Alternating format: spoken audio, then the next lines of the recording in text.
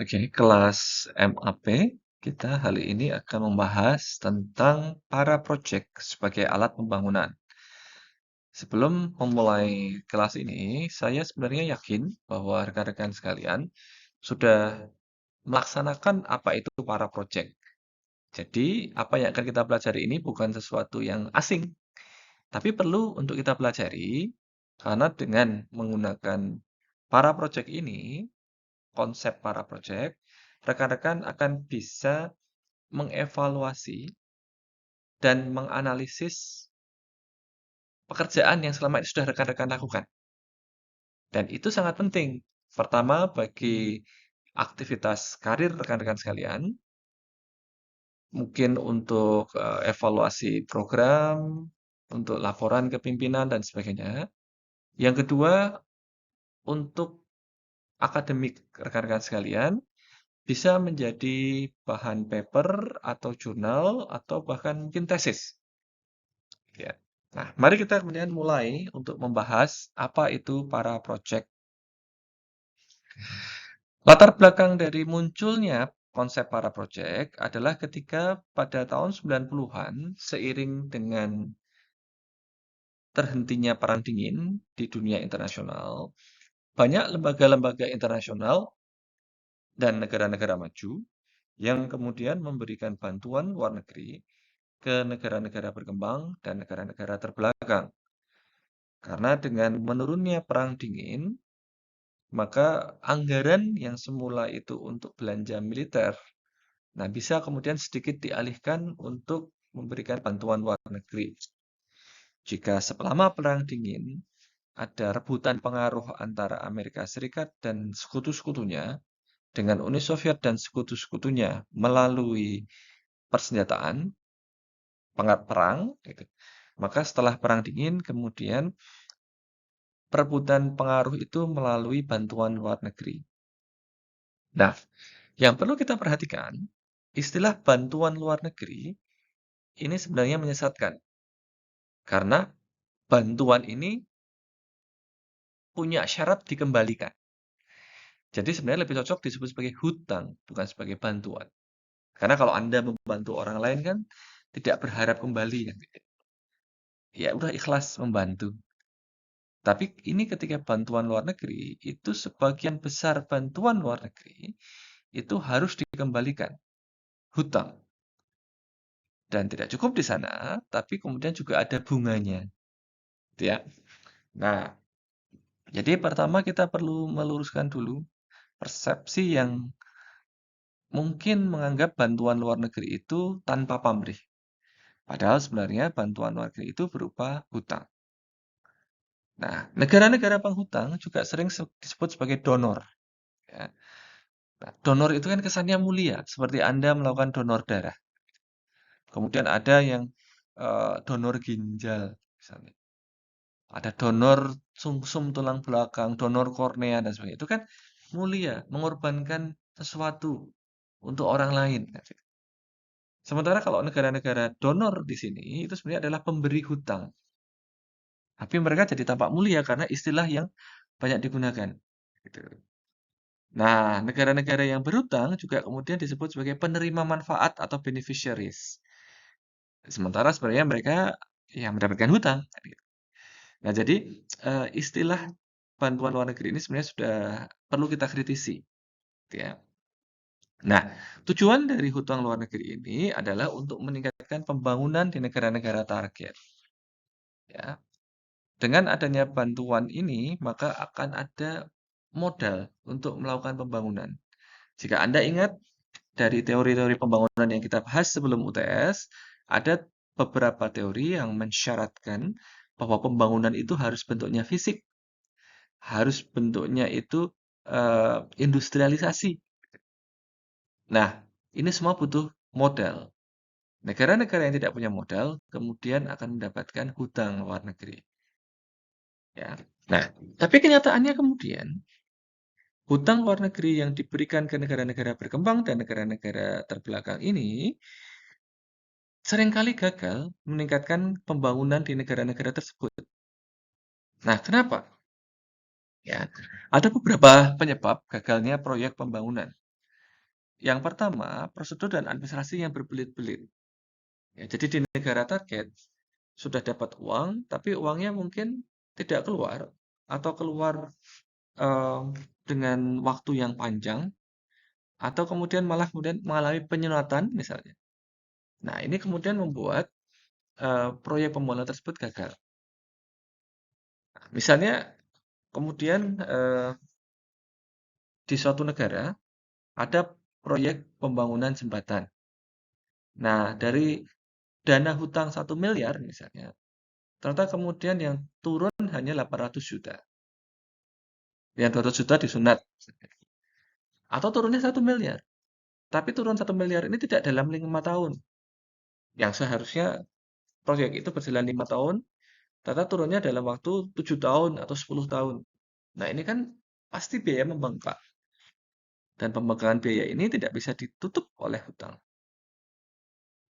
Kemungkinan yang kedua, kenapa sebuah proyek pembangunan itu gagal, adalah karena adanya standar dari negara pemberi hutang yang tidak dapat dicapai oleh negara penerima hutang. Bisa karena desain proyek yang terlalu advance untuk negara penerima hutang, bisa karena keahlian SDM yang tidak cukup, atau lain-lain. Nah, faktor yang ketiga adalah adanya miskomunikasi akibat perbedaan budaya. Dari sana, kemudian para ahli teori pembangunan menarik sebuah pelajaran bahwa jika hal-hal yang lain itu sama, jika variabel B, C, D, E, F, G, H sampai Z itu sama, maka hasil dari proyek yang besar itu ternyata kurang menguntungkan dibandingkan proyek-proyek yang kecil. Misalnya Anda punya 1 miliar, kemudian 1 miliar itu jadi satu proyek besar, ternyata hasilnya itu tidak lebih bagus dibandingkan kalau Anda membagi 1 miliar itu ke 100 proyek kecil-kecil. Maka kemudian ada perubahan paradigma dalam pemberian bantuan atau hutang luar negeri untuk pembangunan. Jika sebelumnya negara-negara pemberi bantuan, negara-negara pemberi hutang, itu menggelontorkan bantuan dan hutang luar negerinya secara besar-besaran, dengan jumlah besar, untuk proyek mercusuar. Setelah adanya perubahan paradigma ini, maka negara-negara pemberi hutang lebih suka untuk memberikan uang tersebut dalam proyek-proyek kecil. Kalau misalnya ada dana 50 juta US dollar, daripada satu proyek senilai 50 juta US dollar, negara pemberi hutang akan lebih senang dengan 10 proyek masing-masing 5 juta US dollar. Kenapa? Karena ini akan memberikan manfaat berupa adanya efektivitas dan efisiensi penganggaran, kemudian juga ada penyebaran pertumbuhan. Ini tidak berarti bahwa semua proyek pembangunan itu harus dipecah, tapi harus memperhatikan economies of scale, harus memperhatikan titik efektivitas dan efisiensi penganggaran. Nah, biasanya kemudian kalau ada sebuah bantuan masuk, biasanya bantuan itu akan diawali dengan sebuah mega proyek besar dengan dana luar biasa besar. Setelah itu, kemudian akan didukung oleh proyek-proyek yang sifatnya lebih kecil. Ya.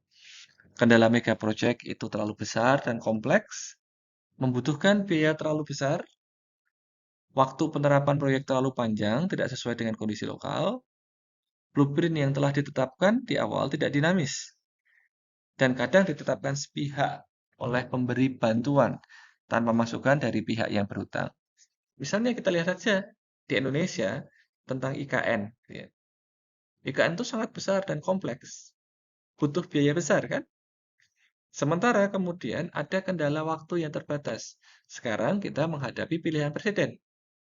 Kalau kemudian misalnya yang menjadi presiden adalah calon presiden sekarang yang tidak sepakat dengan pemindahan ibu kota ke IKN, Apa jadinya proyek IKN? Akan terhenti. Nah, sehingga kemudian mega project itu rentan. Paling mega project itu bisa dilaksanakan dalam satu masa jabatan. Nanti di akhir masa jabatan harus sudah jadi. Karena kalau tidak, kalau nabrak masa jabatan seperti IKN ini, rentan untuk kemudian tidak terlaksana. Ya. Nah, maka kemudian solusi dari mega project ini adalah para project.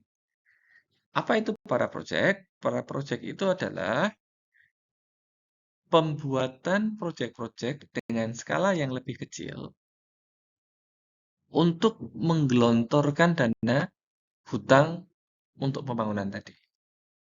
Daripada satu mega project dengan nilai 1 miliar, lebih baik ada 100 para project, 100 proyek kecil-kecil dengan nilai yang sesuai.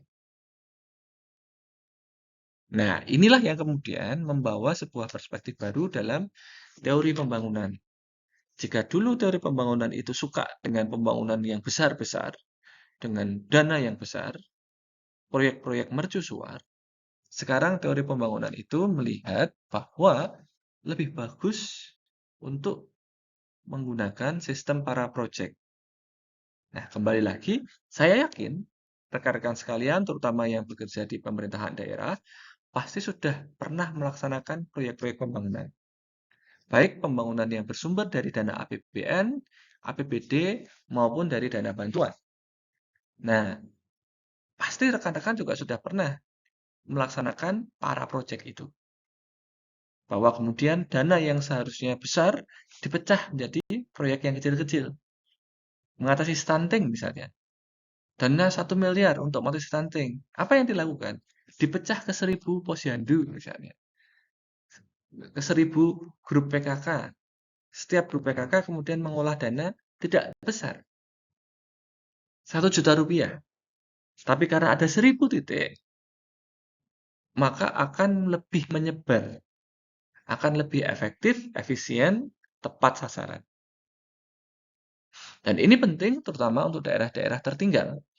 Karena kalau kemudian misalnya ada pembangunan di ibu kota provinsi, masyarakat di daerah yang tertinggal jauh dari ibu kota provinsi tidak merasakan manfaatnya. Tapi dengan para proyek yang menyebar, masyarakat akan mendapatkan manfaatnya. Ya. Nah, para proyek juga memberikan kesempatan bagi komunitas setempat untuk terlibat dalam pembangunan. Kalau mega project itu biasanya dari negara pemberi hutang datang, kemudian ini loh, aku bawa uang, kamu ikuti mauku. Kalau para project itu menggunakan logika bottom up. Datang ke masyarakat, datang ke komunitas, kemudian bertanya apa kebutuhannya. Kemudian ada pendanaan dengan jumlah yang terbatas. Sehingga kemudian masyarakat bisa dimotivasi untuk turut berpartisipasi dalam pembangunan ini. Nah, dari sanalah kemudian misalnya saya memberi contoh yang pernah saya dapatkan. Ada sebuah proyek kerjasama pemerintah Australia dengan pemerintah Indonesia. Pemerintah Australia memberikan dana bantuan pendidikan dan pemerintah Indonesia kemudian mengelolanya. Dana bantuan pendidikan ini kemudian dipecah ke proyek-proyek kecil. Nah, misalnya saya mendapatkan proyek saat itu pengadaan buku bacaan anak untuk SD dan Madrasah Ibtidaiyah di Lombok Tengah. Ya, ini berjalan selama 1 tahun dan kami mendapatkan dana di bawah 1 miliar. Ya. Tapi bersamaan dengan kami, itu ada organisasi-organisasi lain yang kemudian juga mendapatkan dana. Dan dana-dana yang mereka dapatkan itu kemudian dikelola masing-masing untuk menumbuh kembangkan pendidikan Indonesia di wilayah-wilayah terluar eh, dan terbelakang. Gitu. Nah, inilah yang kemudian membuat kerjasama kemitraan antara pemerintah Australia dan pemerintah Indonesia itu menjadi sebuah bentuk para project. Tidak ada mitra yang dapat gerundung 3 miliar, 10 miliar begitu. Tapi masing-masing mitra mendapatkan cukup dan masing-masing mitra kemudian mendapatkan tugas di daerah yang membutuhkan. Dan ketika kemudian masing-masing mitra bekerja di sana, harus melibatkan masyarakat setempat. Sehingga ketika proyek ini terhenti, pendanaannya usai, program masyarakat masih terus berjalan.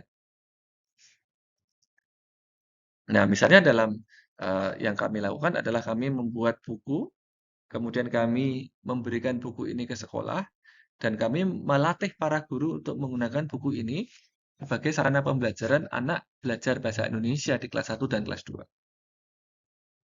Nah, setelah proyek berakhir, buku ini masih terus digunakan.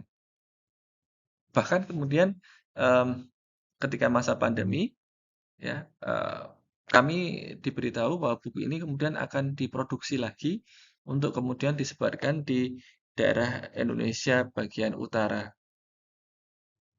dengan perbatasan Malaysia dan sebagainya yang kemudian juga membutuhkan buku berbahasa Indonesia. Gitu ya. Nah, kalau Bapak Ibu sekalian ingin mendapatkan bukunya untuk bacaan anak di rumah misalnya, silahkan monggo bisa unduh di link yang tertera di depan, dan ini gratis ya, dapat diperbanyak untuk penggunaan pribadi, bisa di-print, dicetak untuk penggunaan pribadi, tapi tidak boleh diperjualbelikan. Nah, contoh yang lain di luar Indonesia, misalnya ada Grameen Bank di Bangladesh, kemudian ada 10,000 Village Initiative di India, ada Small Farmer Development Program di Nepal. Di negara-negara ini, penggunaan dananya juga terbatas ya.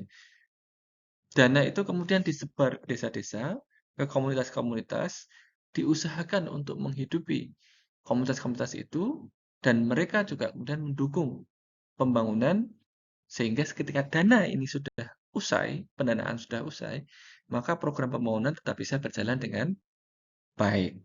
Sehingga diharapkan tidak seperti mega project yang fokusnya pada pembangunan fisik di ibu kota, misalnya proyek mercusuar, para proyek ini bisa menyebar di seluruh tempat yang membutuhkan dengan dana yang lebih terbatas, tapi melibatkan kontribusi masyarakat yang lebih besar.